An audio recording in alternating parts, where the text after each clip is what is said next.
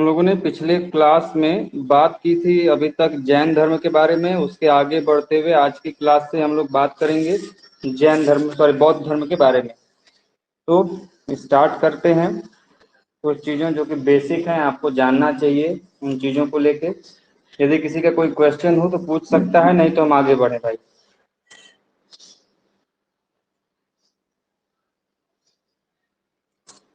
कोई क्वेश्चन नहीं? No sir. Hello, चलिए ठीक, कोई बात नहीं।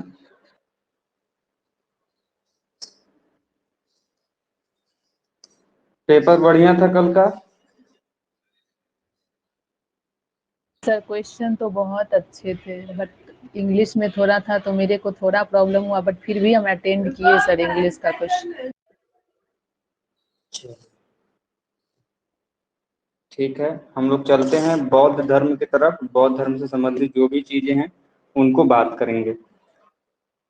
देखिए भाई, 6वीं शताब्दी ईसा पूर्व जब काल आप देखेंगे तो उस समय आपके कई धर्म जो हैं आपको उद्भव करते हुए विकसित होते हुए दिखाई देंगे, जिनमें सबसे पहले से वैदिक धर्म कह लें, सनातन धर्म कह लें, हिंदू धर्म कह लें, ब्राह्मण धर्म कह लें, आप जो कह लें वो बहुत प्राचीन समय से हमको दिखता है।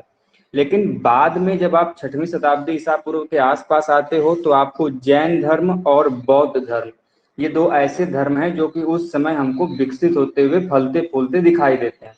हम लोगों ने अभी तक जैन धर्म के बारे में डिस्कस कर लिया था। अब हम लोग बात करेंगे आपके इसी महत्वपूर्ण बौद्ध धर्म के बारे में। ठीक है, अब देखिए, जैसे कि हमने बताया था कि जैन धर्म जो है उसमें कुल 24 तीर्थंकर हुए, जिनमें से प्रथम तीर्थंकर जिनका नाम था ऋषभदेव, अर्थात आदिनाथ कह लें उनको, आदिदेव कह लें, उन्होंने जैन धर्म की स्थापना की थी। और जैन धर्म की स्थापना के पश्चात 23 अन्य तीर्थंकर हुए जो कि समय समय पर जैन धर्म को विकसित एवं फलित फूलित करने का कार्य किए। तो कुल 24 तीर्थंकरों ने जैन धर्म को विकसित करने में अपना महत्वपूर्ण योगदान दिया। तो 1 से लेकर 24 के नामों की चर्चा क्या है, कैसे है, हमने आपको क्लास में वो फोटो भेजे थे जिनके आपको पढ़ना होता है। तो आप लोगों ने पढ़ा होगा तो बेहद अच्छी बात है, नहीं पढ़ा होगा तो उसको पढ़ लीजिएगा एक बार। इनमें से हम लोगों को महत्वपूर्ण रूप से प्रथम जैन तीर्थंकर, 23वें जैन तीर्थंकर और 24वें जैन तीर्थंकर को बहुत ही डिटेल में पढ़ना था। हम लोगों ने पढ़ा उसको। अब देखिए, बात करें बौद्ध धर्म की, तो बौद्ध धर्म के जो संस्थापक माने जाते हैं वह माने जाते हैं गौतम बुद्ध। कौन माने जाते हैं? गौतम बुद्ध। गौतम बुद्ध को ही लाइट ऑफ एशिया के नाम से जानते हैं, एशिया का ज्योतिपुंज कह लें के नाम से जानते हैं। तो कई लोग एग्जाम में प्रश्न पूछा जाता है कि एशिया का ज्योतिपुंज या फिर लाइट ऑफ एशिया के नाम से किसे जानते हैं, तो ध्यान रखिएगा, लाइट ऑफ एशिया कह लें या फिर गौतम बुद्ध कह लें, दोनों समानार्थी हैं। गौतम बुद्ध को ही लाइट ऑफ एशिया के नाम से जाना जाता है। अब देखिए, बौद्ध धर्म जो है यह किसके द्वारा विकसित किया गया, किसने इनकी स्थापना की? तो बौद्ध धर्म में जैन धर्म की तरह तीर्थंकर नहीं थे, ना ही इनमें अन्य कोई मुनि थे जिन्होंने समय के साथ विकास किया। इसमें केवल और केवल जो भी बातें इर्द गिर्द घूमेंगी वो घूमेंगी भगवान बुद्ध के को लेकर, जिनको गौतम बुद्ध के नाम से जाना जाता है। पहले ये गौतम बुद्ध नहीं थे, पहले ये सिद्धार्थ थे। जब इनको ज्ञान की प्राप्ति हुई तब यह जाकर क्या कहे जाने लगे? गौतम बुद्ध कहे जाने लगे। तो कब इनका जन्म हुआ, कहाँ पर हुआ, इनके पिता कौन थे, माता कौन थी, इनके सारथी कौन थे, गृह त्याग इन्होंने कब किया, इनके पुत्र का नाम क्या था, इनका विवाह किससे हुआ, इन सभी चीजों को हम यहाँ पर डिस्कस करेंगे। तो आइए एक एक करके जानते हैं। सबसे पहला पॉइंट लिखते जाइएगा, नोट करते हुए जाइएगा। कथा नहीं सुना रहे हैं कि कथा सुनना है और आप लोग शंख बजा के प्रसादी देके आप लोगों को घर भेज देंगे। लिखते रहिए, आप सभी से विनम्र निवेदन है, क्योंकि आप लोगों ने जो टेस्ट में परफॉर्मेंस किया है मुझे बहुत बेहतर रूप में दिखा है, चाहे पॉलिटी वाला हो चाहे इसमें हो। खैर, उस पर हम टेस्ट पे बात ही नहीं करेंगे, क्योंकि आप लोग जब उसको सीरियस नहीं ले रहे हो तो मेरे सीरियस लेने की इच्छा मर चुकी है। खैर, आते हैं टॉपिक पे। जो बौद्ध धर्म है इसके वास्तविक संस्थापक माने जाते हैं गौतम बुद्ध।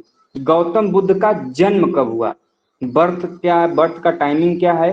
तो 566 ईसा पूर्व गौतम बुद्ध का जो जन्म का समय है, इन्होंने जो जन्म लिया था वो कब लिया था? तो एनसीईआरटी के अनुसार 566 ईसा पूर्व में गौतम बुद्ध का जन्म माना जाता है। कब? 566 ईसा पूर्व में। ठीक है, 566 ईसा पूर्व में लिया। तो यह इन्होंने किस स्थान पर अपना जन्म लिया है? उनका जन्म स्थल क्या है? तो ध्यान रखिएगा, जन्म स्थान है लुम्बिनी। क्या है? लुम्बिनी। लुम्बिनी कहाँ पड़ता है? तो लुम्बिनी पड़ता है आपका नेपाल में। कहाँ पर पड़ता है? वर्तमान का जो नेपाल का क्षेत्र है वहां पर लुम्बिनी पड़ता है, और लुम्बिनी में ही आपके जन्म स्थल है भगवान गौतम बुद्ध का। इनके पिता कौन थे? भगवान गौतम बुद्ध के पिता का नाम क्या था? तो इनके पिता का नाम था शुद्धोधन। क्या था? शुद्धोधन। ठीक है, वहीं पर एक बात और पूछ ली जाती है कि ये जो शुद्धोधन थे यह कहाँ के शासक थे, किसके शासक थे? तो शाक्य राजवंश था। शाक्य राजवंश था, और ये कपिल वस्तु के शाक्य थे। कपिल वस्तु के शाक्यों के राजा थे। कौन? आपके गौतम बुद्ध के पिता शुद्धोधन। तो कभी कभी ये भी पूछ लेता है कि किस कुल के थे गौतम बुद्ध? तो ये शाक्य राजवंश के थे, शाक्य कुल के थे। और इनके पिता कहाँ के शासक थे? तो कपिल वस्तु के जो शाक्य शासक राज्य था, ये वहां के क्या थे? राजा थे। ध्यान रखिएगा, पिता का नाम क्या है? शुद्धोधन। सर बोलिए जी, बोलिए। तो 563 देखने को मिलता है। हाँ, आपकी आवाज फंस रही है। सर वो पूछ रही है, लूसेंट में दिया है 563 बीसी, कहीं 563 कहीं बीसी। 563 मिलेगा, कहीं कहीं 566 मिलेगा। यदि आप लोगों को यदि ये लग रहा है कि क्वेश्चन इससे आएगा, अधिकांशतः इतना जान लीजिए, प्राचीन इतिहास में आप लोगों को मुख्यतः जो डेटिंग है उससे क्वेश्चन नहीं बनते हैं जहां पे कंफ्यूजन हो। लेकिन आप लोगों को दोनों ध्यान रखना है, 566 और 563 दोनों बीसीई का आपको ध्यान में रखना है। यदि इन दोनों में आता है तो आप 563 लगाएंगे। लेकिन एक बात ध्यान रखिए, अभी तक का पूरा पेपर उठा लीजिए, आपको कहीं पे भी ऐसे प्रश्न देखने को नहीं मिलेंगे जो कंफ्यूजन वाले हैं, जिनमें कोई कंट्रोवर्सी हो। ऐसे क्वेश्चन आपको नहीं मिलेंगे। ये पूछ सकता है पिता के बारे में नाम, माता के बारे में नाम, कुल के बारे में नाम पूछेगा, लेकिन बाकी यानी आपसे नहीं पूछेगा। ठीक है, आगे बढ़ें। Yes sir. ठीक, चलिए। इनके पिता का नाम हमने बताया शुद्धोधन। कहाँ के थे? तो कपिल वस्तु के शाक्य के प्रधान थे। ठीक है, अब देखिए अगला पूछ सकता है कि इनकी माता का नाम क्या था? तो माता कौन थी इनकी? भैया इनकी माता का नाम था महामाया। क्या नाम था? महामाया। और दोस्तों ये जो महामाया है ये कोलीय गणराज्य की थी। कौन से गणराज्य से संबंधित थी? कोलीय। ठीक है, कोलीय गणराज्य की थी। कोलीय गणराज्य। गणराज्य क्या होता है भाई बताइए? गणराज्य किसे कहेंगे? गणराज्य से मतलब क्या समझते हैं आप लोग? बताइए भाई। नहीं पता? सर ऐसा शासन जहाँ पे जनता का राज हो। Very good. भारत गणराज्य है कि क्या है? लोकतंत्र है। क्या गणराज्य नहीं है? गणराज्य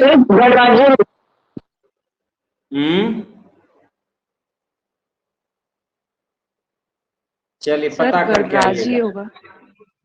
जहां पे जनता को चुनने का अधिकार हो वो गणराज्य होता है। जहां पर राजा का वंशावली, वंश के आधार पर वहां पे चुनाव न हो, बल्कि वहां पे जनता चुनाव करे, उस आधार पर आपका क्या होगा कि इसका जो चुनाव होगा राजा का, तो वो गणराज्य होगा। क्लियर है? Yes sir. ठीक, आगे बढ़ते हैं।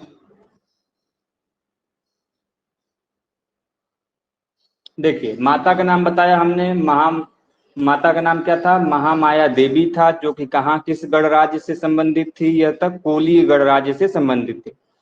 अब आता है कि इनकी पत्नी का नाम क्या था? गौतम बुद्ध का विवाह भी तो हुआ था, तो इनकी पत्नी कौन थी? तो इनकी पत्नी का नाम था, बताइए भाई क्या नाम था? यशोधरा। क्या नाम था? हाँ, यशोधरा। ठीक है, ध्यान में रखिएगा, इनके पत्नी का नाम यशोधरा था। इनका विवाह कब हुआ था? 13 साल के गौतम 16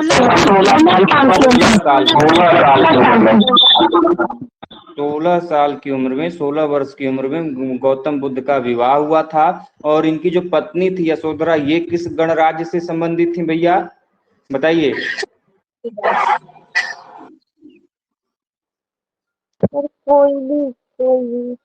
बोलिए। हाँ, कोलीय गणराज्य कह लें, लेकिन कब? हाँ, तो बिल्कुल सही है, कोलीय गणराज्य जो है वो उनसे संबंधित थे। ठीक है, कोलीय गणराज्य जिससे महामाया है वही। अगला प्रश्न उठता है, बहुत ही इंपॉर्टेंट है, कि जो विवाह हो गया तो इनको एक पुत्र हुआ, पुत्र का नाम क्या था? बताइए। राहुल। राहुल। राहुल, पुत्र का नाम राहुल। ठीक है, अब पुत्र वगैरह हो गया, लेकिन एक प्रश्न बड़ा इंपॉर्टेंट है, पूछता है कि जो बुद्ध थे इनके बचपन का नाम क्या था?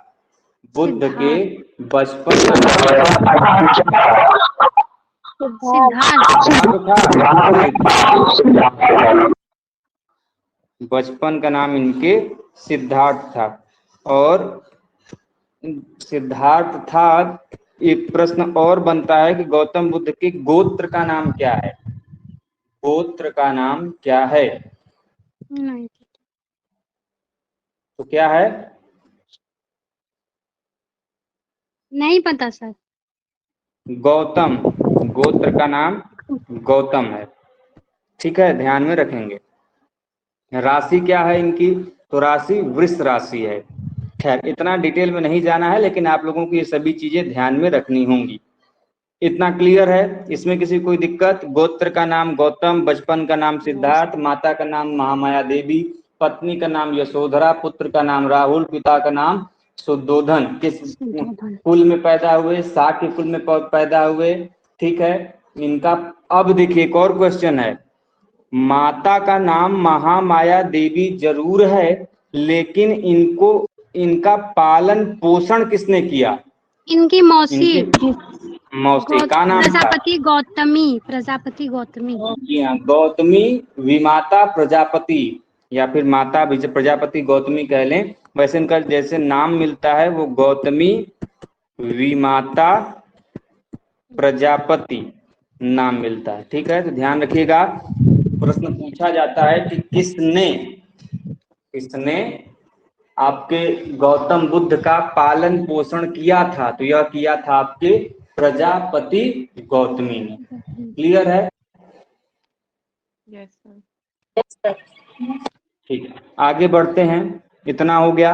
अब देखिए, इनकी पुत्र हो, एक मिनट, इनका विवाह हो गया, पुत्र हो गया, तब अगला चरण क्या होगा कि ये घर से त्याग करेंगे, घर से बाहर निकलेंगे। देखिए, हर एक चीज जो कि बुद्ध के जीवन से संबंधित है, उनका कुछ प्रतीक चिन्ह भी है, जो हम आपको बाद में बताएंगे। फिलहाल ये समझ लीजिए, जैसे भगवान बुद्ध जब गर्भ में आए तो उनकी माता को प्रतीक चिन्ह के रूप में हाथी का स्वप्न आया था। तो हाथी उनके गर्भ से संबंधित है। जन्म से संबंधित उनके प्रतीक चिन्ह क्या है? कमल है। कमल। उनके मतलब कि एडल्ट समय का, मतलब जब वो जवान हो गए तो उसके समय का जो उनका प्रतीक चिन्ह है वो है वृषभ, सांड है। गृह त्याग किया उन्होंने, जिसको हम लोग क्या बोलते हैं? महाभिनिष्क्रमण बोलते हैं। उसका जो चिन्ह है वो है घोड़ा। उनको ज्ञान की प्राप्ति हुई, जिसको संबोधि बोला जाता है या फिर निर्वाण कहते हैं। यह जो हुआ उनको कहाँ पे हुआ? बोधि वृक्ष के नीचे हुआ, इसलिए इनका जो प्रतीक चिन्ह है वह है पीपल। इनकी समृद्धि हुई, तो वो शेर से दर्शाते हैं। इन्होंने प्रथम जो प्रवचन दिया, जो उपदेश दिया, जिसको धर्म चक्र प्रवर्तन बोलते हैं, उसको चक्र से दर्शाया जाता है। इनको निर्वाण की, महानिर्वाण की हाँ बोलिए सर बहुत फास्ट हो जाता है। सर कंटिन्यू हम आप बता रहे हैं ना सर, धीरे धीरे बताइए। सुनिए भाई, हम बोले हैं ना कि अभी हम डिटेल में बताएंगे, अभी आपको एक जानकारी दे रहे हैं सिंपल वे में। ओके ओके सर, आपको ओके डिटेल में बताएंगे, मत परेशान हुई आप लोग। Okay sir. हाँ, उनकी जो मृत्यु है उनको महापरिनिर्वाण कहा गया है, और महापरिनिर्वाण को दिखाने के लिए स्तूप है। अब आप लोग पूछेंगे कि आखिर चिन्हों की आवश्यकता क्यों पड़ी। तो शुरुआत में आप देखेंगे कि हमको भगवान बुद्ध की मूर्ति का प्रमाण कहीं से नहीं मिलता, क्योंकि मूर्ति पूजा जो था बौद्ध धर्म में, यह क्या था बताइए, प्रचलित था? बौद्ध धर्म में मूर्ति पूजा प्रचलित नहीं था। इसीलिए बौद्ध धर्म में आगे, जब अर्ली जो स्टेज है बौद्ध धर्म का, उसमें आपको कहीं पे भी भगवान बुद्ध का कहीं पे भी चित्रण आपको नहीं मिलेगा। उनके सभी जो क्रियाकलाप हैं, जो उनके जीवन की घटनाएं हैं, उनको किसी न किसी प्रतीक चिन्ह के माध्यम से दर्शाया गया। उसमें उनका फिगर बना नहीं सकते थे, उनकी आकृति बनाना संभव नहीं था, क्योंकि मूर्ति पूजा उन्होंने निषेध कर रखी थी। इसीलिए वो प्रतीक के माध्यम से दर्शाते थे। जब आप स्तूप के में पढ़ेंगे, स्तूप यदि आप जाके देखेंगे तो उसमें देखेंगे कहीं पे भी भगवान बुद्ध का फिगर नहीं मिला है, लेकिन जो आपको हमने ये बताए प्रतीक चिन्ह, हाथी मिला है, चक्र मिला है, सांड का अंकन मिला है, स्तूप का अंकन मिला है, पद चिन्ह मिला है, तो जब आप इन चीजों को देखेंगे तो रिलेट कर पाएंगे। मतलब मान लो कि आपको स्तूप पे कहीं हाथी का अंकन मिला, किसी के नाभि से हाथी निकला हुआ या कमल निकला हुआ दिखाई दे, तो आपको पता चलेगा कि ये किस चीज के बारे में बताना चाह रहा है, भगवान बुद्ध के जन्म के बारे में बताना चाह रहा है। कहीं पर घोड़े को जाता हुआ बाहर दिखाई दे, तो इससे आप क्या अनुमान लगाएंगे, घोड़ा किसका प्रतीक चिन्ह है? महाभिनिष्क्रमण का, अर्थात गृह त्याग का है। तो उससे आप अनुमान लगाएंगे कि ये जो घटना है गौतम बुद्ध के महाभिनिष्क्रमण की घटना को बता रहा है, गृह त्याग की घटना को बता रहा है। तो आप ऐसे को रिलेट कर पाएंगे। ठीक है, समझ गए प्रतीक चिन्ह क्यों जरूरत पड़ती है? यस ठीक सर। है, देखिए हम लोगों ने अभी तक ये पुत्र तक की बात कर ली थी, उसके आगे हम लोग बात करेंगे। पुत्र हो गया। अब ये क्या करेंगे कि पुत्र की प्राप्ति के कुछ साल पश्चात इन्होंने अपने गृह को त्याग कर दिया, गृह त्याग कर दिया गया। और गृह त्याग को क्या बोला जाता है, बड़ा इंपॉर्टेंट है, सभी लोग एकदम रट लेंगे। उसको बोला जाता है महाभिनिष्क्रमण। क्या बोलते हैं? महाभिनिष्क्रमण बोलते हैं। ठीक है, महाभिनिष्क्रमण किस वर्ष में किया, यह बड़ा इंपॉर्टेंट है, क्योंकि आपके एग्जाम में प्रश्न पूछता है कि गौतम बुद्ध ने किस वर्ष की आयु में अपने घर का, अपने गृह का त्याग किया। तो ध्यान रखिएगा, 29 वर्ष की आयु में, 29 वर्ष की आयु में इन्होंने क्या किया था, अपने घर को त्याग दिया था। ठीक है, 29 वर्ष की आयु में। अच्छा ठीक है, घर त्याग दिया, तो इनके सारथी कौन थे? जो घोड़ा था, सारथी और घोड़ा दो थे ना। सारथी जो घोड़े को चलाता है वो सारथी होता है, दूसरा एक घोड़ा जिसपे सवार होके चलते थे, कंथक। घोड़ा का नाम जो सारथी था इनका नाम था चन्ना, चना मत सोच लीजिएगा, चन्ना। और घोड़े का नाम क्या था? कंथक। कंथक एकदम याद कर लीजिए। ठीक है, आगे बढ़ते हैं।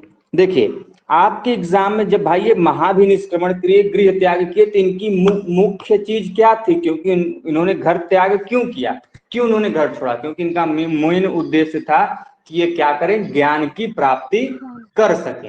तो ज्ञान की प्राप्ति कर सके इन्होंने उसके लिए घर छोड़ा। तो प्रश्न ये आता है कि घर छोड़ दिया, ज्ञान की प्राप्ति के लिए वो आगे बढ़े, तो भाई ज्ञान की प्राप्ति तो ऐसे होगी नहीं, इसके लिए उनको किसी गुरु की आवश्यकता पड़ेगी। तो प्रश्न ये बनता है कि गौतम बुद्ध के प्रथम गुरु कौन थे? गौतम बुद्ध के प्रथम गुरु, वेरी गुड, उनका नाम क्या था? आलार कलाम। आलार कलाम। ठीक है, आलार कलाम इनके प्रथम गुरु माने जाते हैं। इंपॉर्टेंट है, ध्यान में रखिएगा। अब जब इनके गुरु मिल गए, प्रथम गुरु, तो ये क्या करेंगे भाई, ये करेंगे ज्ञान की प्राप्ति। इनको क्या हो जाएगी, गुरु मिल गए तो इनको प्राप्त होगा ज्ञान। तो इनकी ज्ञान की प्राप्ति किस वर्ष की अवस्था में हुई भाई बताइए? ज्ञान की प्राप्ति 35 वर्ष की अवस्था में गौतम बुद्ध को ज्ञान की प्राप्ति हुई है। ऑफ कर लीजिए भाई। 35 वर्ष की आयु में इनको ज्ञान की प्राप्ति हुई है। कहाँ पर हुई है ये इंपॉर्टेंट है, बताइए भाई कहाँ पे हुई है? बहुत गया। गया, वेरी गुड। बोध गया में हुई। बोध गया कहाँ पे है? बिहार में है। कहाँ पे है? बिहार में है। ठीक है, बोध गया में हुई। किस नदी के किनारे हुई? वह नदी कौन सी थी? तो निरंजना नदी। निरंजना। जी हाँ, निरंजना नदी के किनारे हुई। और प्रश्न ये भी पूछता है कि किस दिन हुआ, उस दिन को क्या कहते हैं? वैशाख पूर्णिमा। क्या बोलते हैं? वैशाख पूर्णिमा। ठीक है, वैशाख पूर्णिमा बोला जाता है। जिस दिन भगवान बुद्ध को ज्ञान की प्राप्ति हुई वह दिन वैशाख पूर्णिमा का दिन था। अभी तक जब तक भगवान बुद्ध को ज्ञान की प्राप्ति नहीं हुई थी वो सिद्धार्थ के नाम से जाने जा रहे थे। जैसे ही इनको ज्ञान की प्राप्ति हुई वह किस नाम से जाने लगे? बुद्ध के नाम से। ठीक है, तो हमने क्या क्या जाना ज्ञान प्राप्ति को लेकर? किस स्थान पर हुआ? बोध गया में हुआ। किस नदी के किनारे पर हुआ? निरंजना नदी के किनारे पर हुआ। किस दिन हुआ? वैशाख पूर्णिमा के दिन हुआ। एक और प्रश्न पूछता है कि किस वृक्ष के नीचे इनको ज्ञान की प्राप्ति हुई? तो आप सभी लोग जानते हैं वो बड़ा पवित्र वृक्ष है पीपल। पीपल के पेड़ के नीचे इनको ज्ञान की प्राप्ति हुई है, जिसको वट वृक्ष भी कह लें एक प्रकार से। लेकिन हालांकि वट वृक्ष अलग होता है, लेकिन कई पुस्तकों में आपको वट वृक्ष भी मिलेगा। यदि ऑप्शन में पीपल न हो वहां पे वट वृक्ष दिया हो तो आप लोग इस चीज के ऊपर जा सकते हैं। आगे बढ़ते हैं। ठीक है, इनको ज्ञान की प्राप्ति हो गई तो ऐसे तो काम चलेगा नहीं। ज्ञान की प्राप्ति हो गई तो ज्ञान दूसरों को बांटना पड़ेगा, उसके लिए आपको उपदेश देना पड़ेगा। तो प्रश्न ये उठता है कि इन्होंने अपना जो प्रथम उपदेश है कहाँ पर दिया? गौतम बुद्ध ने अपना प्रथम उपदेश कहाँ पर दिया? और जो एक बात ध्यान रखिए, जो प्रथम उपदेश दिया है उसको किस नाम से जानते हैं? ये बड़ा इंपॉर्टेंट है। धर्म चक्र प्रवर्तन बोलते हैं उसको। क्या बोलते हैं? धर्म चक्र प्रवर्तन बोलते हैं। अच्छा, मान लीजिए ऑप्शन में मैं आपको ऑप्शन दे रहा हूं, आप लोगों को बताना है। पहला ऑप्शन है ऋषिपत्तन, दूसरा है सारनाथ, तीसरा है श्रावस्ती और चौथा ऑप्शन है ऑप्शन ए और ऑप्शन बी दोनों। तो कौन सा ऑप्शन सही होगा? सर ऑप्शन ए दोनों। ए बी हाँ, ऑप्शन ए बी दोनों। क्योंकि सारनाथ को ही ऋषिपत्तन कहा जाता है।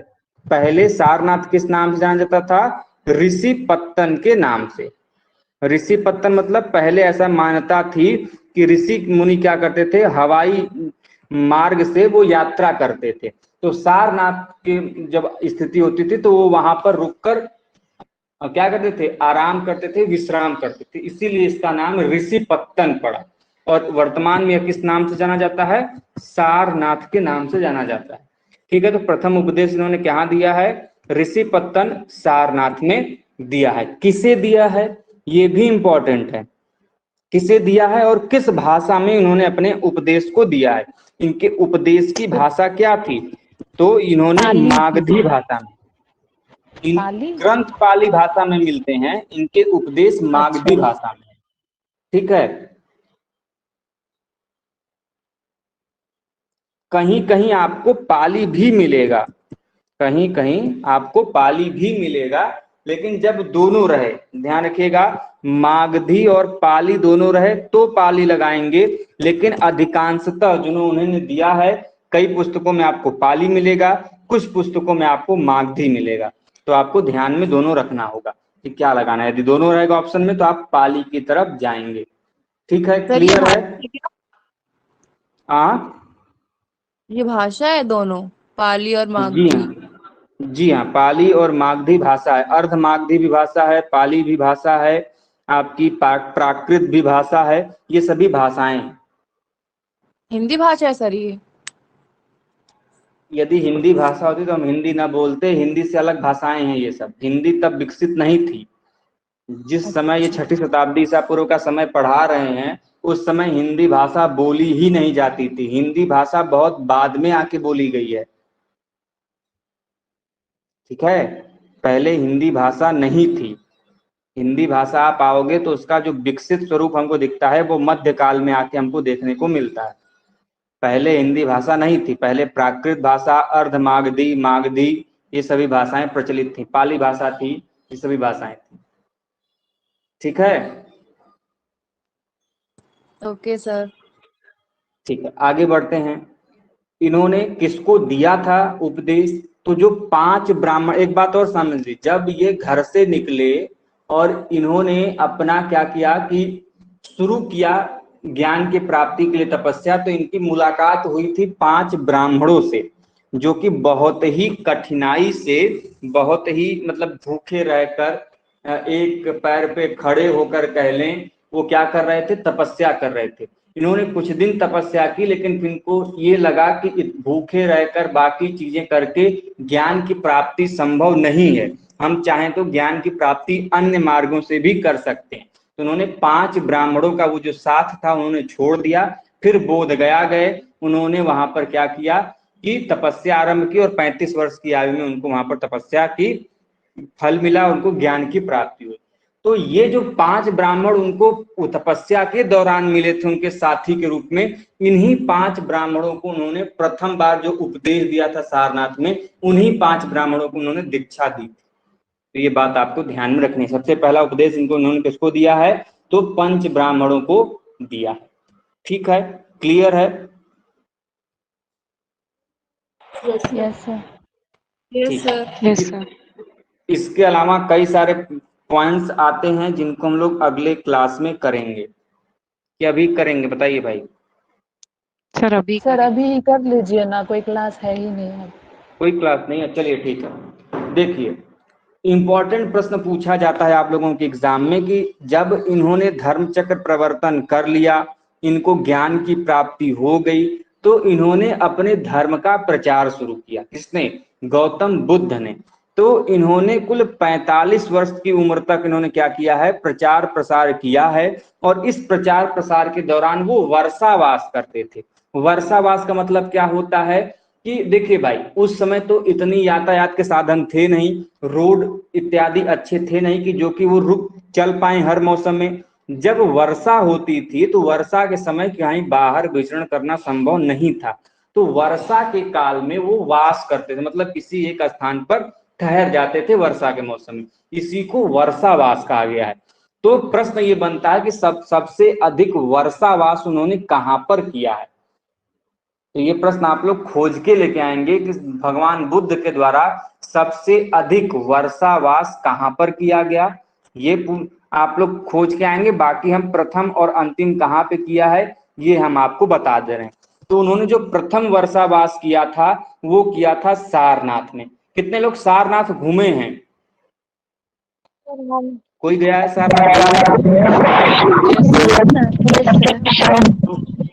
तो इसकी जगह है दाहिने साइड में, आपको मूलगंध कुटी याद किया होगा।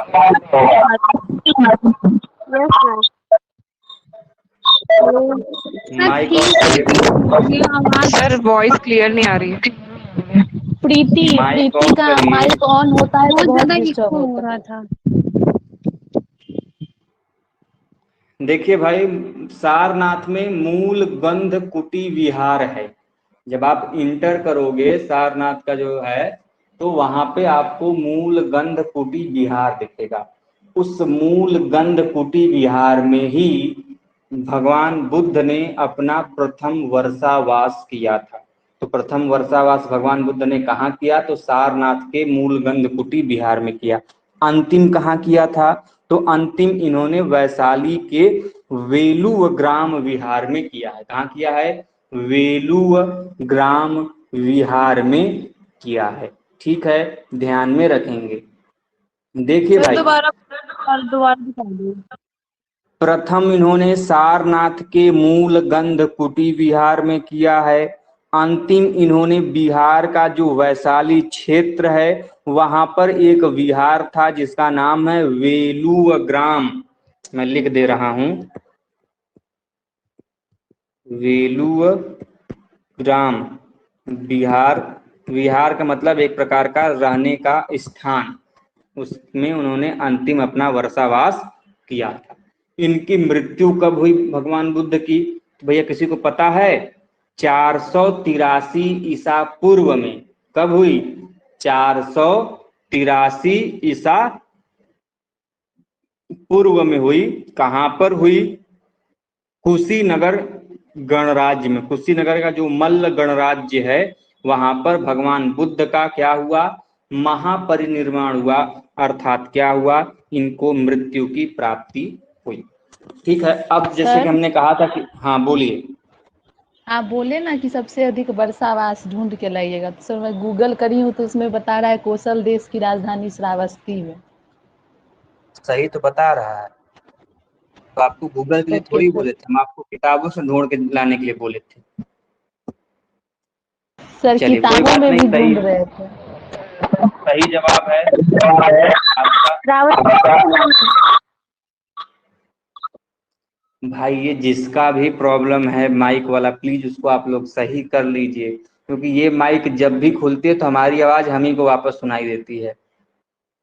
और हमें बिल्कुल नहीं आती है आपकी। जी, तो और हमें अपनी आवाज बिल्कुल पसंद है भी नहीं, इसीलिए हम सुनना भी नहीं चाहेंगे। आप लोग कैसे सुन लेते मुझे ये जानकारी नहीं है।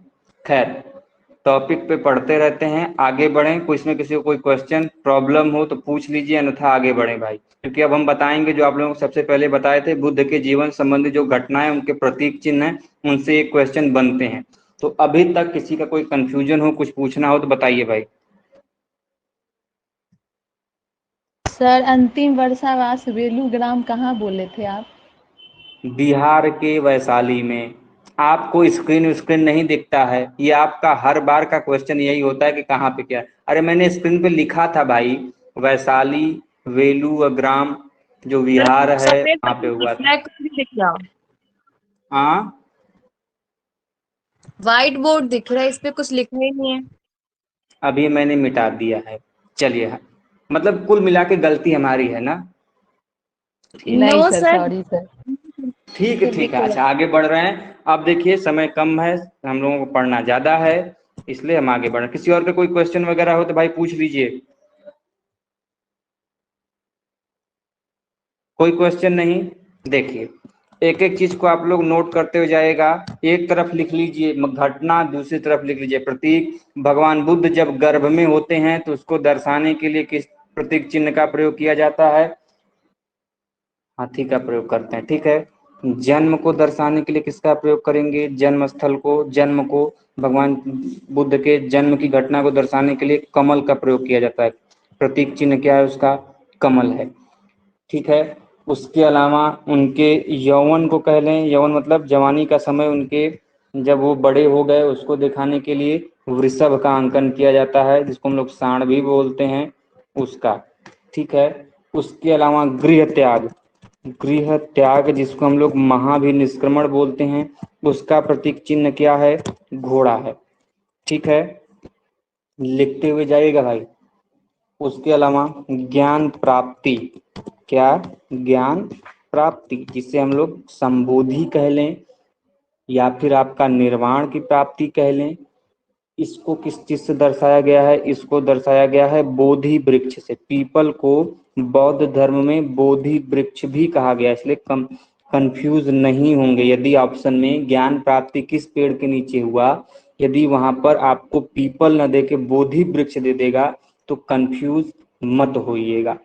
अगला है कि प्रथम प्रवचन जिन्होंने दिया था, प्रथम जो उपदेश दिया था, इसको किस चीज से दर्शाया जाता है? इसका प्रतीक चिन्ह क्या है? तो इसका प्रतीक चिन्ह है धर्म चक्र या फिर चक्र, दोनों कह लें।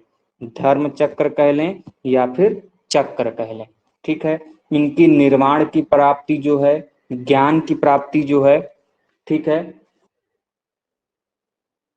निर्वाण की प्राप्ति कह लें, ज्ञान की प्राप्ति कह लें, उसके लिए पद चिन्ह का भी प्रयोग किया जाता है, पद चिन्ह का। ठीक है। उसके अलावा जो मृत्यु, जिसको हम लोग महापरिनिर्वाण बोलते हैं, क्या बोलते हैं? महापरिनिर्वाण बोलते हैं। और मृत्यु को या फिर महापरिनिर्वाण को किस चीज से दर्शाते हैं? तो हम लोग स्तूप से दर्शाया जाता है। क्लियर है? बताइए। Yes sir. इसमें किसी को कोई डाउट वगैरह? No sir. आप लोगों का ऑनलाइन क्विज रखें किसी दिन? हाँ sir. Yes sir. Yes sir. लेकिन वो YouTube पे ऑनलाइन रहेगा, यहाँ पे नहीं। हम सीधे फेस टू फेस, मतलब उसमें मेरा फेस दिखाई देगा, हम आप लोगों से क्वेश्चन पूछेंगे, आप लोग कमेंट बॉक्स में उसका उत्तर दोगे। चलेगा? Okay sir. Yes sir. Sir. हाँ, तो बाकी लोगों को भी, जितने आपके साथ वाले हैं उन सभी को सूचित कर दीजिए। जितने लोग रहेंगे उतना और आनंद आएगा। क्वेश्चंस कई सारे रहेंगे। अभी क्या है कि आप लोगों को जैसे कि टेस्ट लेना होता है, तो टेस्ट में एक लिमिटेड एरिया में आपसे हम प्रश्न पूछ सकते हैं, लेकिन जब क्विज वाला सेक्शन होगा तो उसमें आपसे टाइम जितना भी रहे, उसमें हम जिस प्रकार के भी प्रश्न हैं, जितने क्वेश्चंस चाहे पूछ सकते हैं। इससे क्या होगा कि हम आपको क्वेश्चन पूछेंगे, आप लोग आंसर दोगे, उसके बाद हम उस आंसर को कौन सा सही है वो बताएंगे और उसके बारे में एक्सप्लेन करेंगे। तो ज्यादा क्वेश्चन हम लोग कर पाएंगे और उस टॉपिक से हर एक पॉइंट जो है उसको क्लियर करते हुए चलेंगे। तो यदि आप लोग सहमत हैं तो बता दीजिएगा आपके टॉपिक के ऊपर। हाँ, तो बाकी लोगों को भी, अपने जो आपके बाकी दोस्त हैं उनको भी जोड़ लीजिएगा। बता दीजिएगा समय किसी दिन निकाल के, उस दिन लाइव आके आप लोगों की क्लास, वो जो क्विज वाली चीजें हैं वो हो जाएंगी। ठीक है सर रात में ही रखना। Okay sir. रात में रख लेंगे। देखिए, एक बात मैं स्पष्टता आप लोगों से बता देना चाह रहा हूँ। थोड़ा सा संख्या जब एक्चुअली सर रात तक आते आते ना नेट मेरा खत्म हो जाता है। तो रील्स थोड़ा कम देखा करिए, यदि क्लास करेंगे तो खत्म नहीं होगा। Yes sir. देखिए, ये मैं मजाक नहीं कर रहा हूँ, थोड़ा सा सीरियस हूँ। प्लीज आप इसे बुरा मत मानिएगा कि मैं किसी को डांट रहा हूँ या सुना रहा हूँ। मेरे कहने का मतलब ये है कि देखिए, पढ़ना होगा या तो डाटा ज्यादा भरवाइए एक्स्ट्रा, क्योंकि पढ़ना भाई ऑनलाइन क्लास करेंगे, डाटा तो खर्च होगा ही होगा, या फिर वाईफाई लगवाइए, या फिर जो नेट बाकी जगह यूज करते हैं उसको बचाइए। क्योंकि देखिए, टीचर जो है यदि आपको वो एक्स्ट्रा दे रहे हैं, आप लोग भी देख रहे हो कि आपकी मैक्सिमम क्लासेस चल रही हैं, टाइम पे टेस्ट हो रहे हैं, बाकी भी एक्स्ट्रा में क्विज मिल जा रहा है, पेपर सॉल्व करा लिया जा रहा है, तो बेनिफिट आप लोगों को मिल रहा है। इसमें टीचर को बहुत एक्स्ट्रा बेनिफिट नहीं मिलता है। बेनिफिट आपका होगा, आप लोग ज्यादा क्वेश्चन करोगे, ज्यादा सॉल्व करोगे, आप लोगों का तैयार होगा। तो कोशिश करिए डाटा वगैरह बचाइए, नहीं तो एक्स्ट्रा रिचार्ज करिए भाई। एक्स्ट्रा रिचार्ज करेंगे पैसा लगेगा।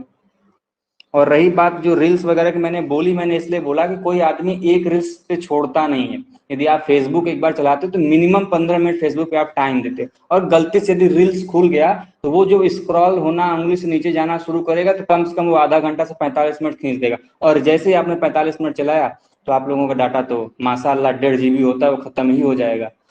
या फिर वो हमारी तरफ फाइबर कनेक्शन लगाइए, 24 घंटा यूज करिए, एक महीना लगातार, फिर भी खत्म नहीं होगा, तो वो करिए। या फिर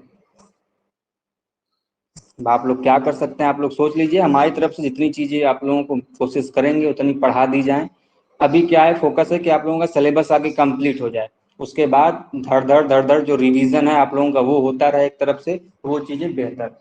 और रही बात, मैं बता दूं, क्विज में आनंद तब आएगा जब संख्या ज्यादा होगी।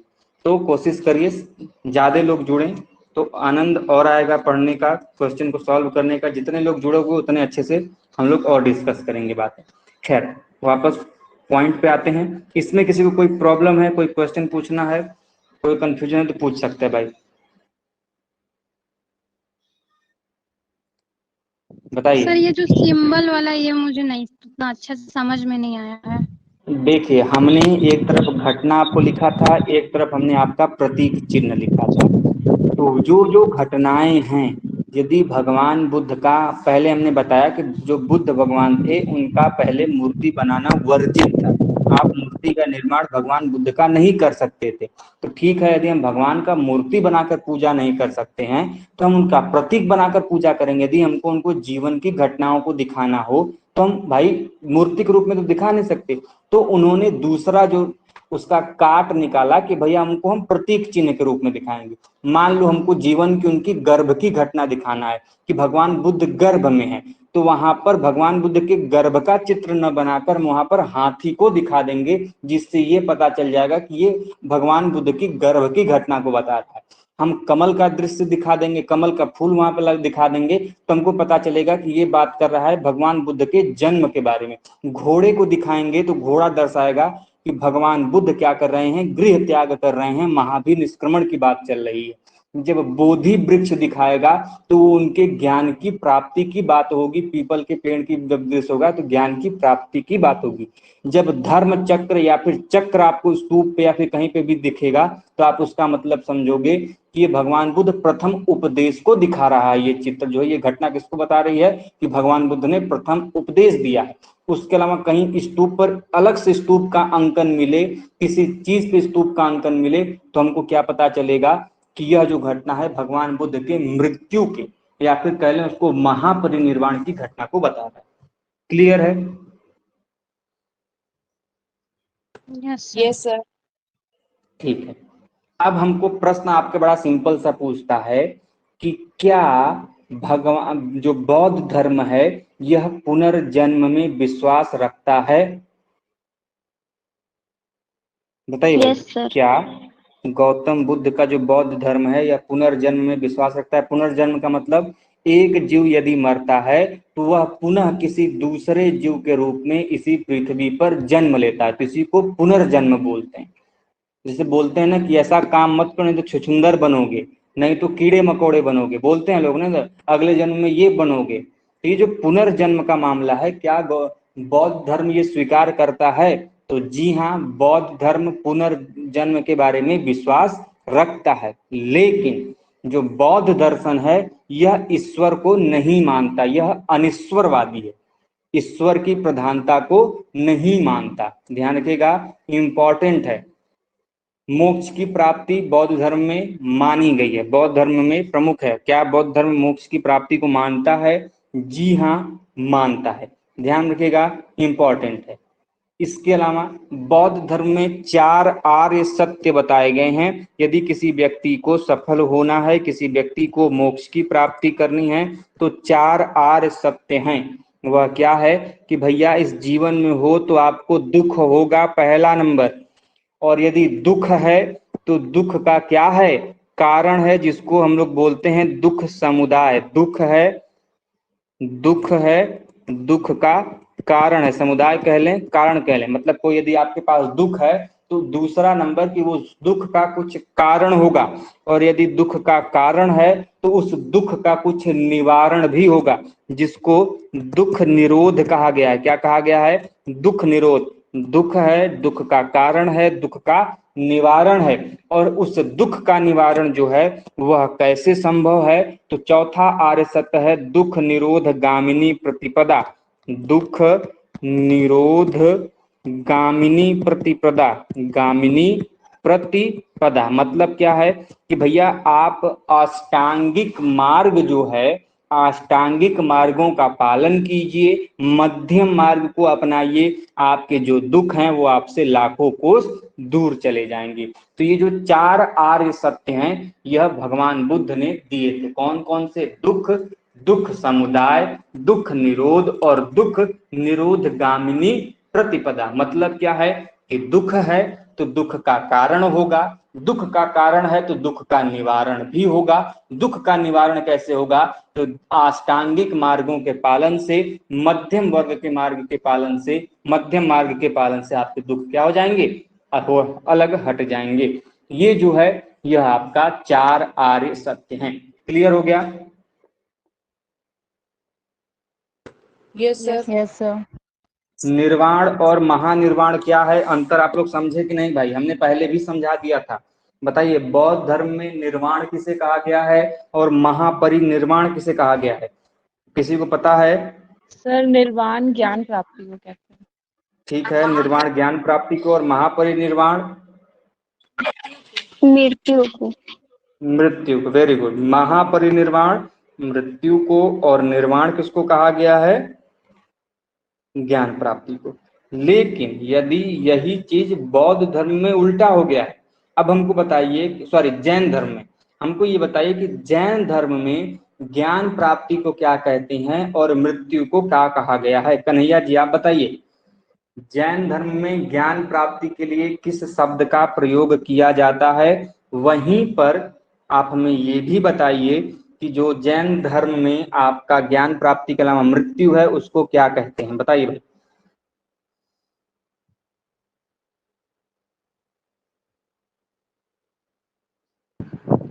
सर क्या कहते हैं, कौल्य उसका नाम ज्ञान प्राप्ति कौल्य कहते हैं।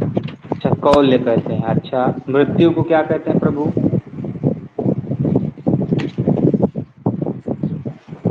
नहीं मालूम सर। देखिए भैया, कैवल्य बोलते हैं। काहे गड़बड़ हो जा रहे हो? इतनी छोटी छोटी चीजें आप लोग गलती करोगे और ध्यान नहीं दोगे तो कैसे बीएड निकलेगा? कैवल्य बोलते हैं। जैन धर्म सर में मृत्यु ज्ञान प्राप्ति को निर्वाण कहते हैं। जी हाँ, मृत्यु प्राप्ति को निर्वाण कहा गया है और ज्ञान प्राप्ति को कैवल्य कहा गया है। दोनों चीजें आप लोग भैया प्लीज ध्यान में रखिए, भूलिए नहीं। ठीक है। अच्छा, किसी ने बीटीसी का फॉर्म भरा कि नहीं भरा? डीएलएड का किसी ने भरा है? नो सर अभी तक रिजल्ट ही नहीं आया है। अरे रिजल्ट से मतलब, चलिए अच्छा कोई बात नहीं, नहीं आया तो फिर अभी 10, जहाँ तक मुझे ध्यान है कि 10 जुलाई तक का समय है। एक बार देख लीजिएगा, यदि आ जाए तो भर दीजिएगा। खैर आगे बढ़ते हैं। किसी को बाकी कोई किसी कोर्स में एनरोल होना हो तो 4 जुलाई तक CUET पीजी का फॉर्म बढ़ गया है, पता है कि नहीं डेट आप लोगों को? Yes sir. Yes sir. हाँ, तो किसी और को एक अन्य चीज कोई फॉर्म भरना? पूछना था जी सर। पूछिए। ये जैसे कि CUET का नोटिफिकेशन पे जैसे कि लिखा था BHU बीएड का PGQP 74 में 3 ईयर, क्या 3 ईयर का हो गया है? देखिए, इस चीज को रिगार्डिंग आप लोग अमरजीत सर से पूछिए, बीएड की जानकारी हमें नहीं है। आप लोग जो आपके सर हैं अमरजीत सर या प्रद्युम्न सर हैं, आप लोग इस बारे में उनसे बात कर लीजिए, हमें इसकी जानकारी नहीं। तो आज के लिए बस इतना ही। बाकी कल हम लोग बात शुरू करेंगे बौद्ध धर्म के जो 4 बौद्ध संगीतियां हुई हैं, कब हुआ, कहाँ हुआ, उसकी अध्यक्षता किसने की, उसकी अध्यक्षता के साथ साथ किस राजा के शासन काल में हुआ, और इन बौद्ध संगीतियों में कौन कौन से काम हुए हैं, डिटेल में कल की क्लास में उसकी चर्चा हम लोग करेंगे। साथ में जो अष्टांगिक मार्ग हमने आपको बताए दुख को हटाने के लिए, उसकी चर्चा करेंगे। और कौन कौन से ऐसे राजा थे जिन्होंने बौद्ध धर्म को संरक्षण प्राप्त दिया था, उसके बारे में बात करेंगे। बुद्ध के जो शिष्य थे उनके बारे में बात करेंगे, जो आपके एग्जाम में पूछे जाते हैं। हीनयान महायान क्या है, उसके बारे में बात करेंगे। उसके अलावा जो प्रमुख बौद्ध विद्वान हैं, बुद्ध के शिष्य हैं, उन सभी चीजों की चर्चा हम लोग कल की क्लास में करेंगे। और त्रिपिटक ग्रंथ क्या है, ये सब डिटेल में चर्चा हम लोग एक एक करके करने वाले हैं। तो आज की क्लास में यदि किसी का कोई क्वेश्चन हो, कोई डाउट हो तो पूछ सकता है, नहीं तो हम क्लास को समाप्त करें। और रही, हाँ बोलिए। सर एक क्वेश्चन ये था कि समाधि मरण किस दर्शन से संबंधित है? आपको बताया गया था जैन धर्म से संबंधित है। सर बताया गया था। सर आप जैन तो धर्म से आयागपट्ट बताए थे ना?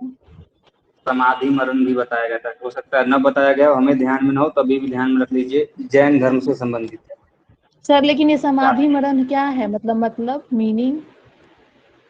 मृत्यु का। अच्छा सर, एक क्वेश्चन ये है कि जैन धर्म के संबंध में निम्नलिखित कथनों पर विचार कीजिए। जैन धर्म के अनुसार कृषि की प्रथा को कूड़ा माना जाता था। और सर एक है, पहला जैन धर्म पाटलिपुत्र में दिगंबर के नेता द्वारा संचालित हुई थी। क्या जैन धर्म पहला क्या है? पहला है जैन धर्म के अनुसार कृषि की प्रथा को कूड़ा माना जाता है। हाँ ठीक है, दूसरा क्या है, दूसरा पढ़िए ना। दूसरा है पहला जैन धर्म पाटलिपुत्र में दिगंबर के नेता द्वारा संचालित हुई थी। प्रथम जैन धर्म की सभा का संचालन के अध्यक्ष कौन थे? सर प्रथम जैन धर्म स्थूलभद्र थे ना? सोच लीजिए, प्रथम जैन धर्म की सभा जो आयोजित की गई थी उसके संस्थापक कौन माने, सॉरी अध्यक्ष कौन माने जाते हैं भाई, पढ़ाया गया है, बाकी लोग भी बताइए तो। हाँ तो चलिए स्थूलभद्र ही तो थे जो पाटलिपुत्र में हुआ था प्रथम संगति।